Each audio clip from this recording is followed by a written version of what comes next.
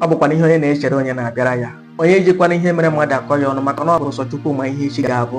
Ntị adịkwa. O nwere otu nwa agbọghọbịa mara mma ofuma, aha ya bụ Annabella. Annabella na-emere mma ahụ. Ọ na-ewe ya na onwe onye mara mma karịa ya. Nganga bụ nke ya, ọ maghị onye tọrọ ya. Ọ naghị enye onye ọbụla bụ mmadụ nsọpụrụ. Annabella anaghị eji anya ahụ ndị nwere nkwarụ dịka ndị isi, ndị ngwọrọ, ndị ogbe na ndị ọzọ. Ọhụ ha n'ebe ọbụla ma ọ bụpụ ya asụ ọchị ha ọchị ma ọ bụ ọkparịa ha. O wee ruo otu ụbọchị ha wee lụọ ụlọ. O wee bụrụ na nnukwu nna ya kpuru isi maka na ọ gbadata nwa na ọ kaala nka. Nwoke mmadụ a na-enwe ọṅụ na ụmụ ya batara. Ọ na-emetụsị ndị ọzọ aka mgbe ha batara, mana Annabella ekwe ya agba ya nda. O kweghị ka o mesa ya aka.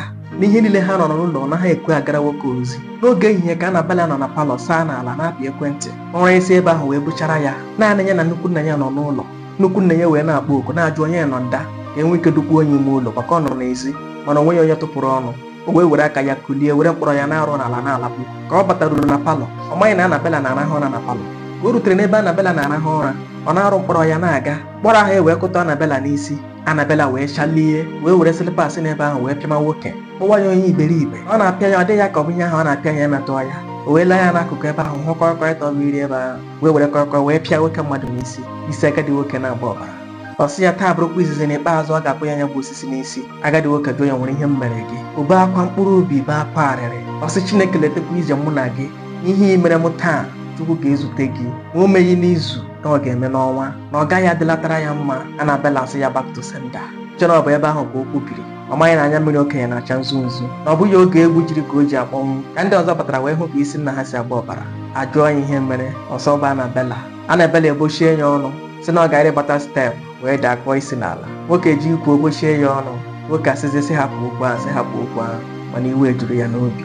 E were ya n'uche agadi nwoke, o nwezi ihe ọ na-aghọta. Etu a ka esi emechi ya bụ okwu maka na Annabella bụ mmanwụ na-eti onwe ya, onye na-ekwuru n'ebe ọ nọ. Afọ ole na ole aga, nwoke anwụọ, Annabella lụọ di. Ọ tụrụ ime mụọ nwa nke izizi. Nwa nke izizi na-eti anya gbara mana ọ naghị ahụ ụzọ.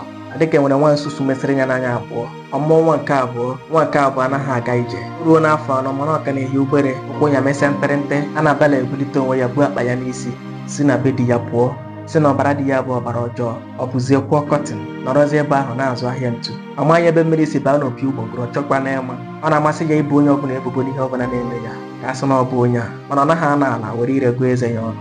Onye chọrọ ịma ihe kpọnwụrụ osisi kwesịrị isi na mgbọrọgwụ.